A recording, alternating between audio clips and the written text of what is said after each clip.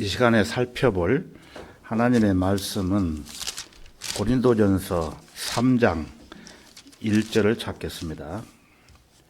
고린도전서 3장 1절입니다. 페이지는 신약성경 311페이지입니다.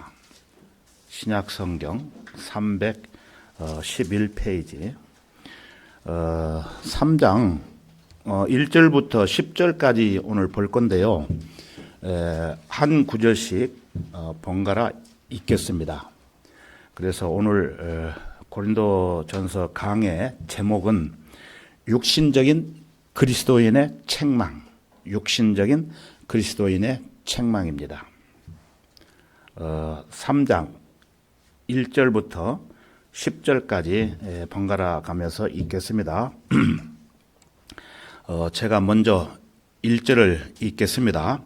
형제들아, 내가 너희에게 영적인 사람을 대하는 것처럼 말할 수 없어서 육신적인 사람, 즉 그리스도 안에서 어린 아기들을 대함과 같이 하노라.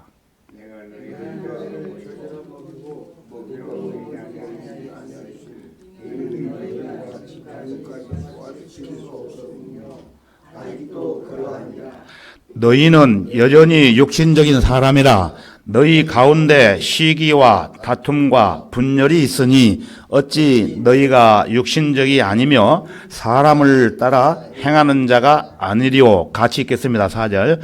어떤 사람은 말하기를 나는 바울에게 속한다 하고 또 다른 사람은 나는 아폴로에게 속한다 하니 너희가 육신적이 아니냐. 그러면 바울은 누구며 또 아폴로는 누구냐?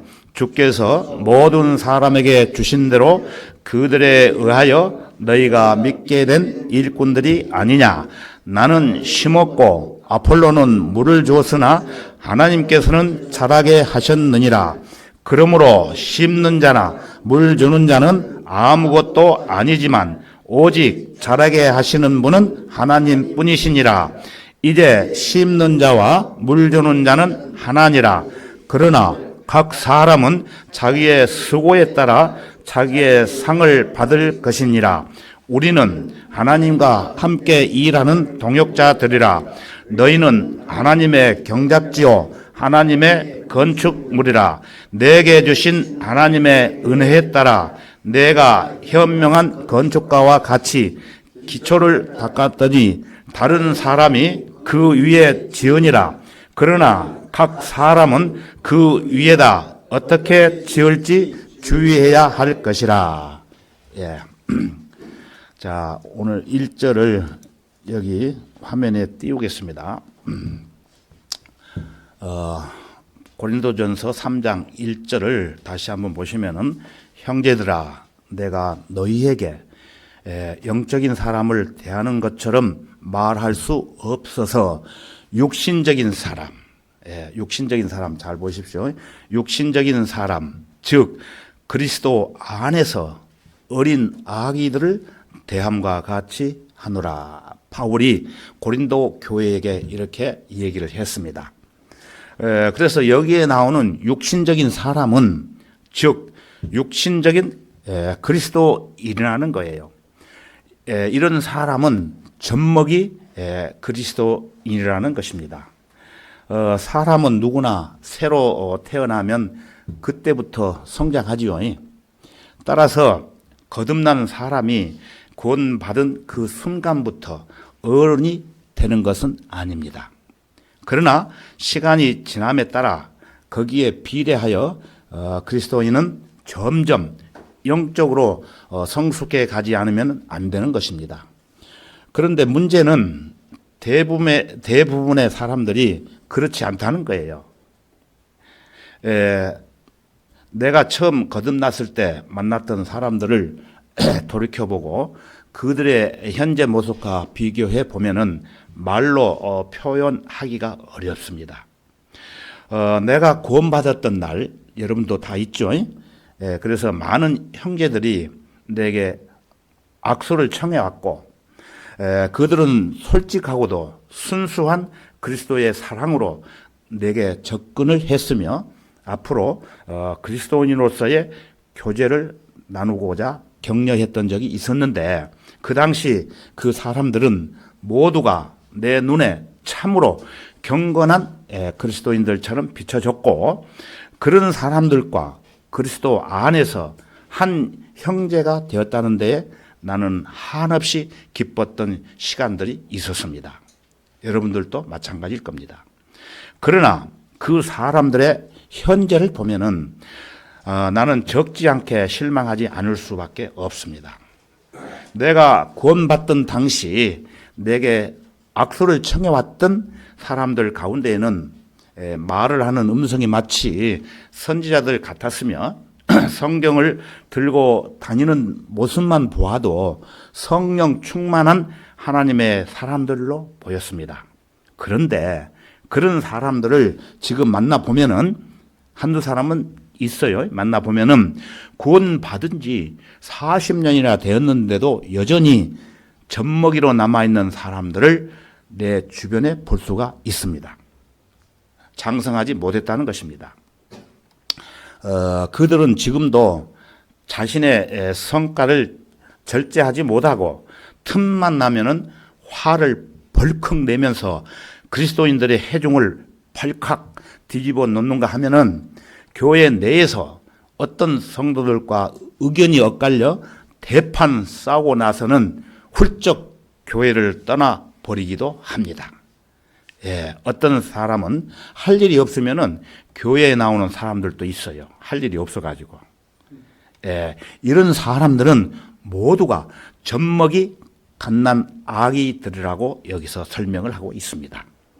이런 그리스도인들이야말로 하나님을 신실하게 섬기려고 애쓰는 다른 그리스도인들에게 장애물을 노릇만 하는 자들이라는 것입니다.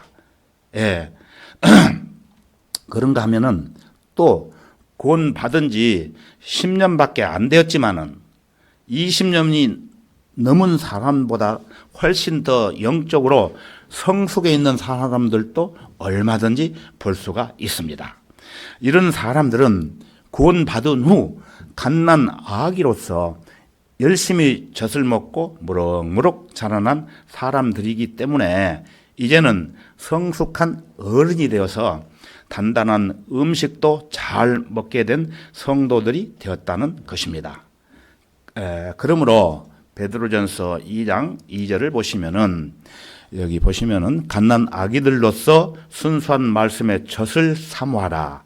이는 너희가 그것으로 인하여 자라게 하려 함이니라 그랬어요. 새로이 구원받은 사람들은 순수한 말씀의 젖을 사모를 해야 성장할 수가 있습니다. 순수한 말씀. 그리스도인은 말씀에 의탁하지 않으면은 성장하지 못해요. 그래서 성경은 또 이렇게 말씀합니다. 사도행전 20장 32절을 보시면은 이제 형제들아 내가 너희를 하나님과 그분의 은혜의 말씀에 의탁하노니 그 말씀이 능히 너희를 굳게 세워줄 것이며 또 거룩하게 된 모든 사람 가운데서 너희에게 유업을 줄 것이라. 그리고 마태복음 4장 4절에 가서 보면은 그러나 주께서 대답하여 말씀하시기를 기록되었으되 성경에 기록되었으되 사람이 빵으로만 사는 것이 아니요 하나님의 입에서 나오는 모든 말씀으로 사느니라고 하였느니라 하시더라. 우리가 육신이 먹고 살기 위해서는 빵을 먹지요. 그래서 그 빵으로 먹는 것이 아니고 하나님의 입에서 나오는 모든 말씀으로 성도들이 살아간다는 것입니다. 말씀이 바로 이것을 가르치고 있습니다. 그리스도인으로서 성장하는 것은 그가 하나님의 말씀에 얼마나 많은 시간과 노력을 쏟아 부었느냐에 달려 있다는 거예요. 말씀을 받아 먹지 않음으로 인해 신앙이 성장하지 못했기 때문에 갓난 아기로 뒤처져 있기에 그 사람이 바로 육신적인 사람이라고 말을 하고 있는 것입니다. 이어지는 본문 말씀 고린도전서 3장 2절을 보시면은 내가 너희를 젖으로 먹이고 고기로 먹이지 아니하였으니 이는 너희가 지금까지 소화시킬 수 없었으며 아직도 그러하니라. 예, 바울이 아무리 설명해 줘도 젖으로 먹이고 고기로 먹이지 아니하였는데 그래도 너희가 지금까지 소화시킬 수 없었음이라 이렇게 말을 하고 있는 것입니다. 그래서 고린도 교회 사람들이 구원을 받고 그리스도인이 되었던 처음에는 갓난 아기였으므로 그들이 소화시킬 수 있는 젖을 먹였던 것은 당연한 일이었습니다. 바울이 그들은 아직 빵이나 고기를 먹을 수가 없었고 이제 자라가면서 빵도 먹고 사과도 먹고 고기도 먹을 수 있게 된다는 것입니다. 자라가면서. 그러나 지금은 아직 우유를 먹을 수밖에 없었어요. 어리기 때문에 고린도 교회 성도들이. 그렇지만 세월이 흘러 어른이 되었는데도 여전히 우유밖에 먹지 못하는 갓난 아기로 남아 있다면 그것은 수치스러운 일이겠죠. 예, 가분수라는 거예요. 그리스도인의 영적 성장 속도는 나이를 먹어갈수록 가속도가 붙습니다. 구원받고 나서 20살 때 성장하는 속도에 비하여 그가 30살이나 40살이 되어 성장을 계속하는 속도가 훨씬 빠르다는 것입니다. 그 까닭은 시간이 흐름에 따라 그가 하나님의 말씀을 읽고 공부하고 배우고 깨우친 분량이 그만큼 누적되어 있기 때문에 그리스도인의 영적 성장에는 노화 현상이란 있을 수 없다는 것입니다. 그리스도인은 이 땅에 사는 동안 계속해서 성장을 멈추지 않아야 되는 거예요. 말씀을 먹으면 먹을수록 그만큼 계속 성장해 가야 된다는 겁니다. 거듭난 이후 성경을 가르치는 올바른 교회에서 세대적 진리라든가 주석 성경을 가르치는 책들을 읽고 배우는 사람들은 그렇지 못한 사람들에 비해 성경 말씀을 이해하는 깊이가 훨씬 더 깊게 알 수 있다는 것입니다. 목사가 되기 위해 신학을 공부하는 것이 아니고 진리의 말씀들을 올바로 알기 위해 공부하는 거예요. 여러분, 성장하기 원하십니까? 예, 그렇다면 하나님의 말씀을 공부하는 데에 여러분의 시간을 투자하십시오. 읽으시라는 거예요. 그리고 하나님의 말씀을 열심히 받아 먹으며 하나님의 말씀에 의탁하십시오. 여러분이 3년만 그렇게 해도 여러분은 구원 받은 지 몇십 년 이상 된 사람보다 더 빠르게 성장해 있는 자신을 발견하게 될 것입니다. 저도 마찬가지예요. 구원 받고 40년 동안 살아오면서 본다고 봤지만은 공부를 잘 못해서 그랬겠죠. 그런데 제가 지금 신학 공부를 한 지가 4년 이제 되어 갑니다. 그런데 40년 동안 배운 공부보다는 4년 동안 배운 공부가 훨씬 더 성장이 되었다는 것을 제 스스로가 느끼고 있습니다. 그래서 저는 지금도 많이 배워야 되지만은 신학 대학을 나오고 또 많은 성경을 많이 안다고 하는 사람들하고 얘기를 해본다고 하면은 그 사람들한테 뒤지지 않는 그런 자신감이 있는 그 말씀을 공부를 했기 때문에 얼마든지 토론할 자신이 있게 이렇게 제가 생각을 하고 있습니다. 여러분들도 마찬가지입니다.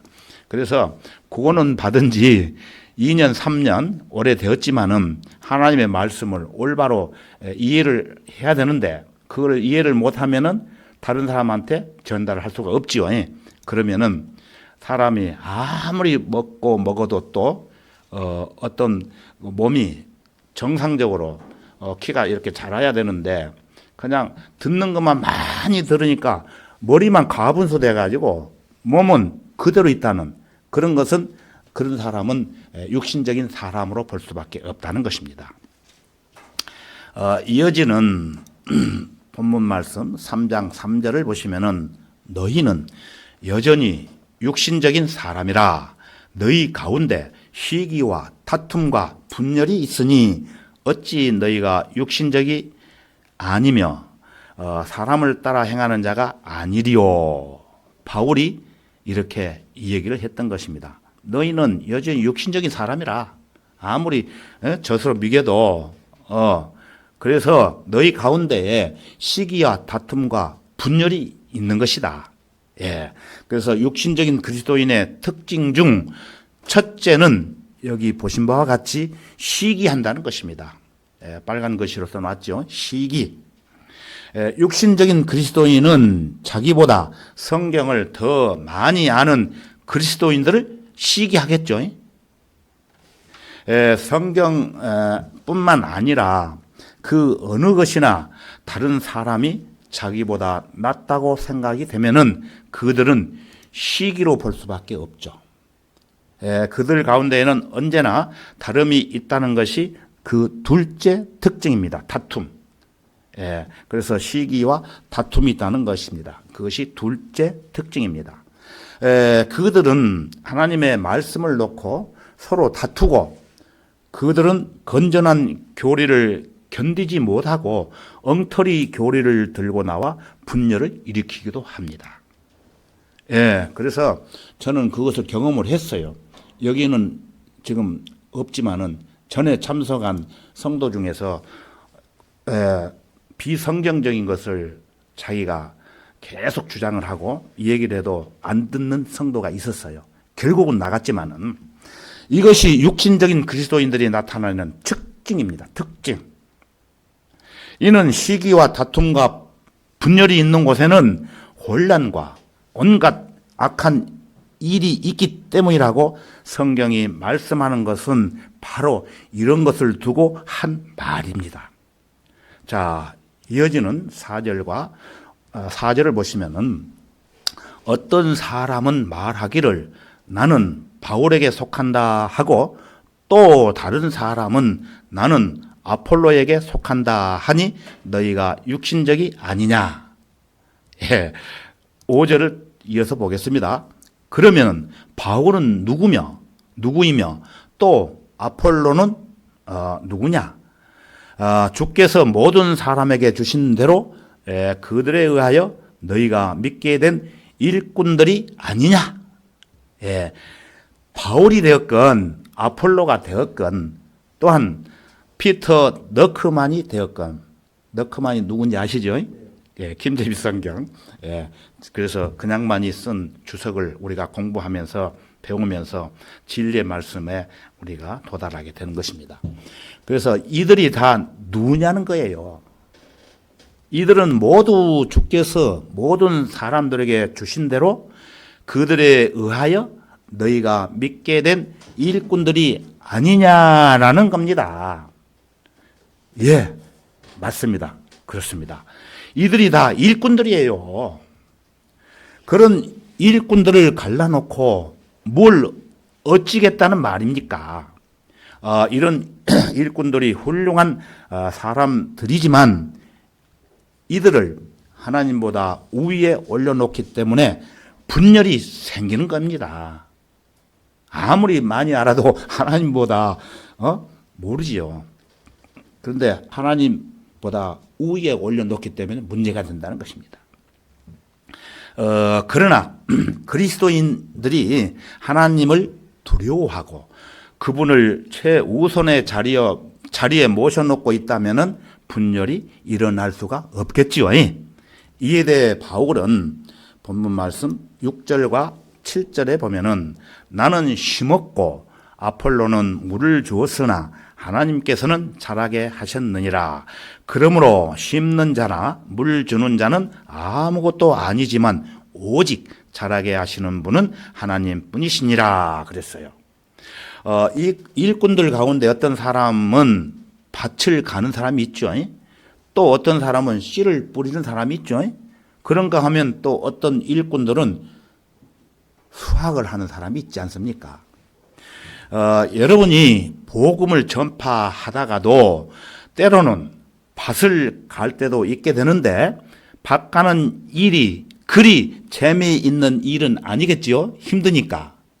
예, 밭을 일구려면은 돌을 골라내야 하기도 하고 옥토를 만들어야 되는데 하지만 내가 아무리 밭을 갈아엎고 일구어 놓고 다른 일꾼이 씨를 뿌리며 물을 준다 한들 곡식을 자라게 하시는 분은 오직 누굽니까? 예, 맞습니다. 하나님이 하신다는 겁니다. 하나님께서 자라게 하시지 않는다면은 아무리 밭을 갈고 씨를 뿌리고 물을 준다 한들 무슨 소용이 있겠습니까, 여러분? 하나님께서 자라게 하시지 않으면은 뿌려진 씨가 싹도 트지 않는다는 것입니다. 이처럼 우리가 아무리 애를 쓴다 해도 하나님께서 자라게 하시지 않으면은 모든 것이 헛수고가 되는 거예요. 그래서 바울은 그러므로 심는 자나 물 주는 자는 아무것도 아니지만 오직 자라게 하시는 분은 하나님 뿐이시라고 이렇게 결론을 내리고 있는 것입니다. 하나님께서 자라게 하실 때 밭을 가는 자나 또 씨를 뿌리고 물을 주는 자나 또 수확을 거두는 자가 비로소 기쁨으로 일한 보람이 있게 되는 것입니다. 씨를 뿌린 사람이 반드시 거두어야 즐거운 것도 아니요. 거두는 자가 반드시 씨를 뿌려야만 만족하다고 볼 수가 없습니다. 씨 뿌리는 자가 따로 있고 거두는 자가 따로 있다 할지라도 그들은 다 함께 즐거운 것입니다. 이처럼 그리스도의 일꾼들은 각자 자기가 할 일을 따로 갖고 있으며 이 모든 것을 잘하게 하여 결실을 맺게 하시는 분은 오직 하나님 뿐이십니다. 그렇기 때문에 심는 자나 물 주는 자는 아무것도 아니라고 재차 성경은 말씀하십니다. 여러분이 나는 그리스도인이다라고 말할 때 여러분은 나는 아무것도 아니다라고 말하고 있다는 거예요. 그것은 오직 그리스도만이 전부일 수밖에 없기 때문인 것입니다. 그런데 요즘 수많은 교회들이 자기 교회는 누구누구 같은 유명 인사들이 다닌다고 자랑하기를 좋아해요. 여러분 들어보셨을 거예요. 저도 들어봤어요. 유명한 스타 연예인이 우리 교회에 왔다고 저한테 사진 보내가지고 이렇게 봤어요. 또 어떤 교인들은 자기 교회에 유명한 배우도 온다고 하고 우리 교인들은 모두 대단한 사람들이라고 하면서 치켜 세우기도 하는데 모두 대단한 사람이 우글거리는 교회일수록 어떻게 되는지 아십니까? 정작 그 안에서 예수 그리스도를 찾기 힘들다는 것을 알 수가 있으며 반면에 나는 아무것도 아닙니다 하고 고백하는 그리스도인들이 모인 교회는 하나님께서 자라게 해 주신다는 것입니다. 겸손하라는 거예요. 이제 심는 자와 물 주는 자는 하나니라. 심는 자와 물 주는 자가 하나인 것은 그리스도의 몸이 하나이기 때문이에요. 하나. 우리는 그 몸의 지체들이에요. 손이 따로 놀고 또 발이 따로 놀고 머리가 따로 놀 수 없잖아요. 한 지체라는 거예요. 그리스도의 몸. 그래서 심는 자나 물 주는 자가 다 같이 한 몸 안에서 하나님의 말씀으로 성장해 갈 뿐만 아니라 말씀에 따라서 각자가 맡은 고유의 기능과 임무를 수행해 나가게 되는 것입니다. 여러분들도 본인 스스로가 내가 맡은 고유의 기능이 무엇인가를 찾아서 해야 된다는 거예요. 누가 가르쳐줘서 하는 게 아니고 예수 그리스도께서는 십자가에 달리시기 직전 아버지 하나님께 이렇게 기도를 하셨습니다. 제가 구절을 띄우겠습니다.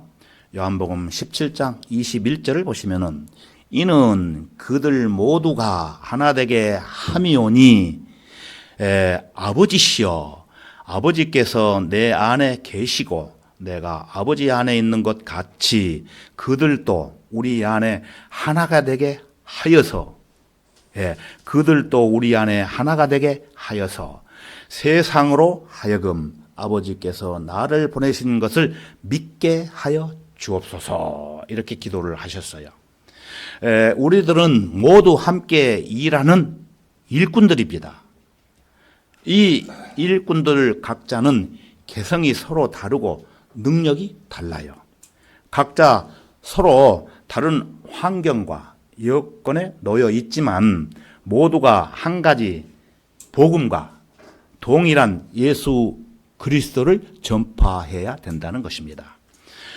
중요한 것은 이 일꾼들이 어떤 말씀을 전파하고 증거하느냐이지 말씀을 증거하고 전파하는 그 일꾼들이 누구냐가 중요하지 않지만 그리스도인이 완전히 하나님께 점령당하고 하나님께 온전히 붙잡힌 바 되어 쓰임 받는 순간부터 모든 그리스도인은 하나님의 일꾼된 도구로 변해 버리기 때문에 그 사람이 이전에 어떤 사람이었느냐 하는 것은 전혀 중요치가 않아요.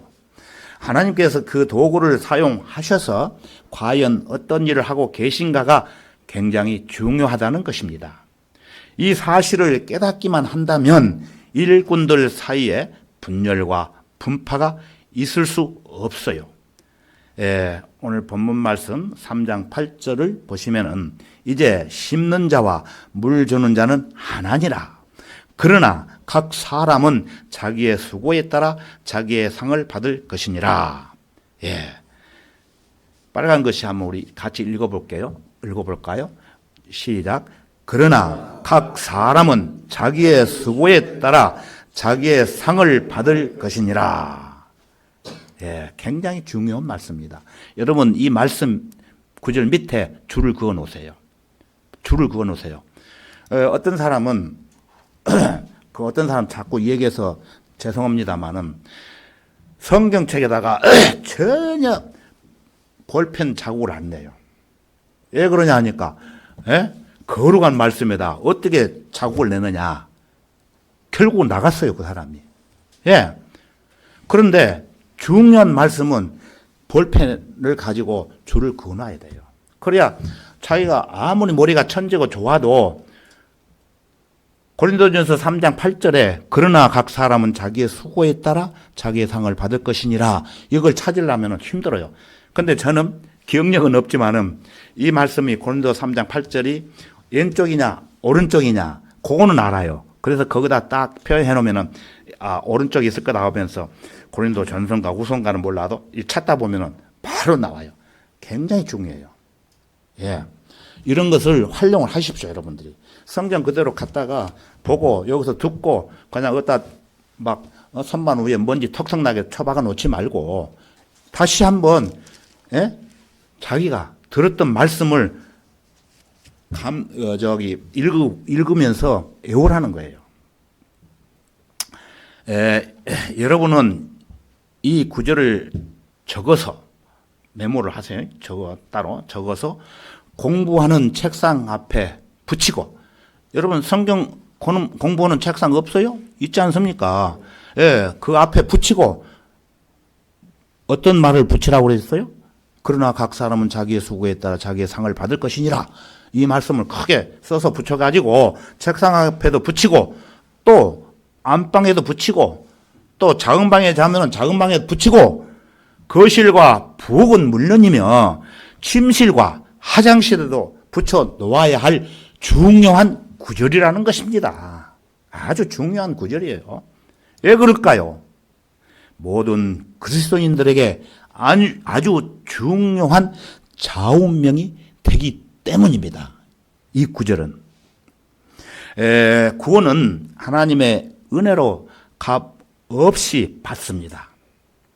그러니까 구원은 누구나 주 예수 그리스도를 믿고 그분을 개인의 구주로 영접을 하면은 누구나 받는 공통된 선물이에요. 선물. 구원은 선물로 받지 않습니까? 그러나 그리스도인들은 이 구원이라는 선물만 받고 그냥 끝나는 것이 아니에요. 이 선물 외에도 그리스도인들 각자는 자신이 행한 일에 따라 각기 다른 상을 받도록 되어 있습니다. 예, 이 상은 그리스도인들 각자가 이 땅에서 어떤 삶을 살아가는가에 대한 하나님의 평가에 따라 내려지는 상입니다. 올림픽에 나가서 금상 타려면 어떻게 합니까? 평소에 피눈물 나게 노력을 하지 않습니까? 우리도 마찬가지예요. 구원은 선물로 받았지만은 하나님 앞에 그리스도의 심판석에서 상을 받으려면은 지금 잘해야 그때 가서 착한 종아 잘했다 하면서 큰 상을 주는 거예요. 그게 면류관이요. 면류관이 몇 개죠? 5개. 예, 5개가 있어요. 그 중에 1개, 2개는 여러분 꼭 받으셔야 돼요. 예. 모든 그리스도인들은 하늘에서 그리스도의 심판석 앞에 서게 되며 거기 서서 각자는 자신들에 대해 하나님께 직접 설명을 드려야 되는 것입니다. 예, 설명을 안 드려도 하나님은 다 알아요.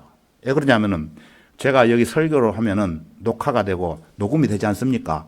그러면은 예를 들어서 하나님 앞에 가서 살짝 뻥튀기 가지고 얘기하면은 그 녹음기를 딱 틀어가고 이런 봐라 너희만 뻥튀기 하네 대부분 잡혀요. 그렇기 때문에 우리가 이 세상에서 얼마만큼 어떻게 노력해서 선한 사업을 위해서 헌신을 하느냐에 따라서 상이 주어진다는 것입니다. 이거는 확실합니다. 성경 말씀에 그렇게 되어 있어요. 그래서 우리 그러면 다 같이 한번 로마서 14장 12절로 가보겠습니다. 로마서 14장 12절.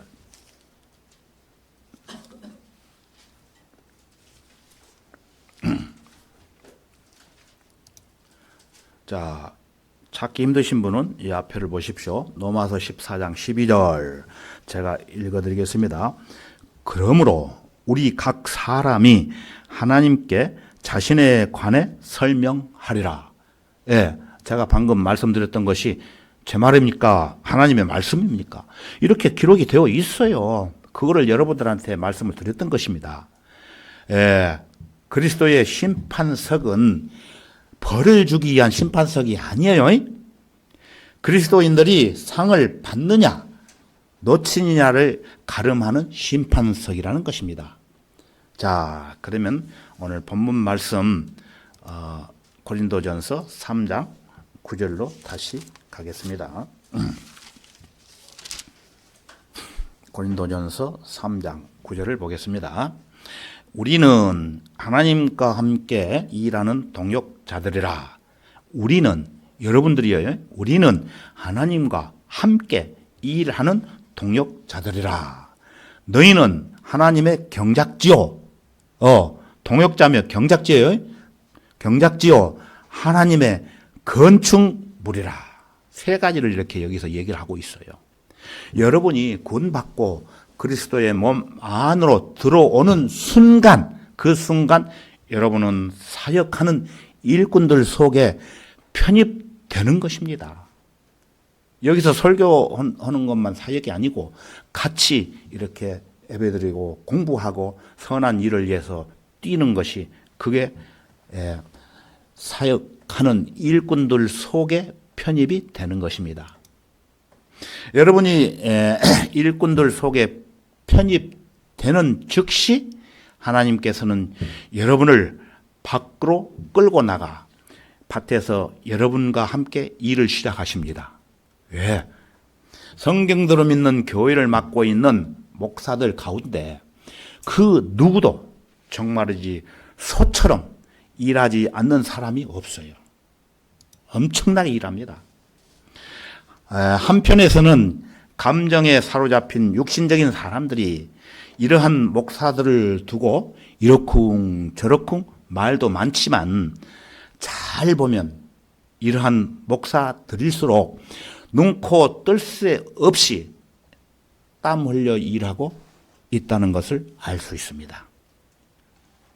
이처럼 열심히 일하는 목사들 중에는 건강까지 해치게 된 사람들이 한둘이 아닙니다. 건강까지 해치는 사람들. 그래서 그 중에 몇 사람을 제가 소개해 드리겠습니다.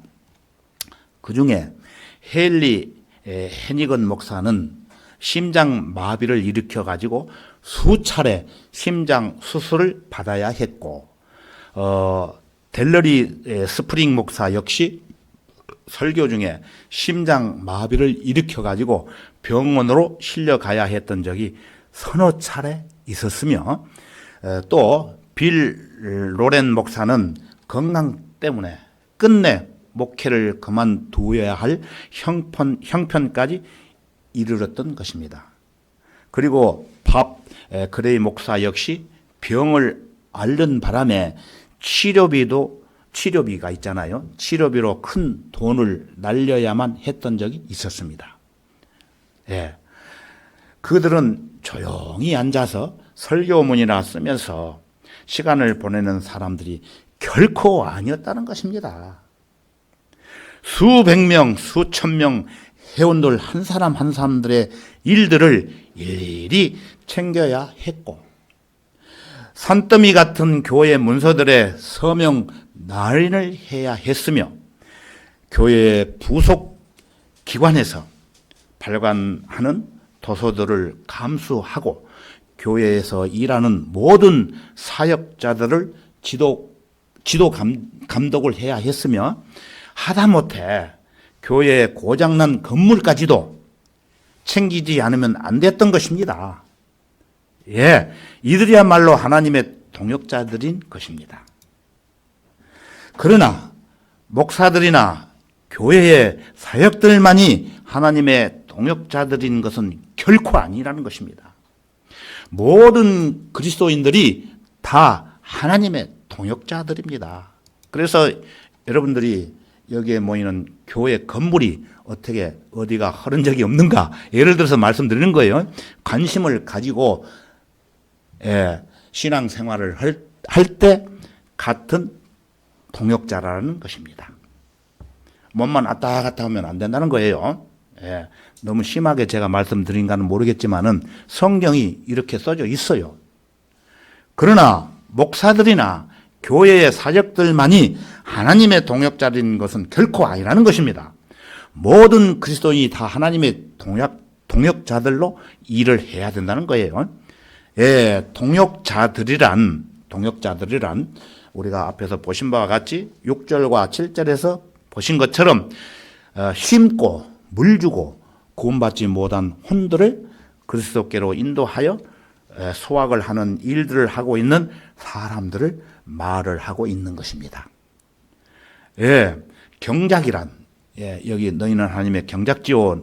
경작이란 기본적으로 밭을 갈고 포도원 가꾸는 사람들뿐만 아니라, 포도원을 가꾸는 사람들뿐만 아니라 소나 양떼 같은 가축을 돌보는 일을 말하는 것입니다. 고린도전서 3장의 문맥으로 보아서 경작하는 사람은 오히려 가축을 보살피는 목자로 보는 것이 타당하며, 2절에서 우리가 보신 바와 같이 바울이 내가 너희를 젖으로 먹이고 라고 말한 것으로 보아서 바울은 고린도 교회 사람들에 대하여 목자로서의 사역을 감당했음을 암시하고 있다는 것입니다. 그런가 하면은 또 하나님의 일을 하는 사역자들은 집을 짓는 목수 일도 해야 합니다. 이 목수 일을 맡아 하는 사람들은 건축물을 세우는 일을 해요. 하나님의 건축물이라고 했지 않습니까? 여기 3장 9절에. 이처럼 하나님의 일꾼들은 곡식을 가꾸기도 하고 또는 양떼를 보살피는 목자들이라는 것입니다. 그리고 집을 짓는 건축가로서 해당되기도 합니다. 이어지는 마지막 10절을 보시면은 3장 10절을 보시면은 내게 주신 하나님의 은혜에 따라 내가 현명한 건축가와 같이 기초를 닦았더니 다른 사람이 그 위에 지으니라. 그러나 각 사람은 그 위에다가 이렇게 지을지 주의해야 할 것이라. 어떻게? 잘못 읽었습니다. 다시 읽을게요. 다른 사람이 그 위에 지으니라.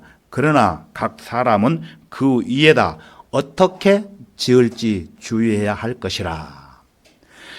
집을 짓는 데에는 여러 사람으로 구성된 일단의 목수들이 필요하겠죠. 한 사람이 짓는 것이 아니고 목수들, 그들 중에는 기둥이나 대들보를 깎고 다듬는 대목이 있고 또 문짝을 짜는 소목이 있는가 하면은 이 모든 일을 감독하는 목수장이 있다는 것입니다. 이 구절에서 이 빨간 것이 보시면은 내가 현명한 건축가와 같이 이렇게 이런 이야기라는 것은 이런 그런 이 목수장을 말하는 것으로 그는 집을 지을 때 가장 중요한 기초를 놓는 일에 직접 나서서 일을 한다는 것입니다. 현명한 건축가가 기초를 놓으면은 다른 일꾼들이 그 기초 위에 집을 지어 올라가게 되는데 목수장이 목수의 그 뭡니까 팀장이죠. 목수장이 닦아 놓은 기초 위에 다른 사람들이 집을 지어 올라갈 때 하나하나 세심한 주의를 기울여 정성껏 지어야 한다는 것은 두말할 필요도 없이 아주 중요하다고 성경은 설명을 하고 있는 것입니다. 오늘은 여기까지 하겠습니다.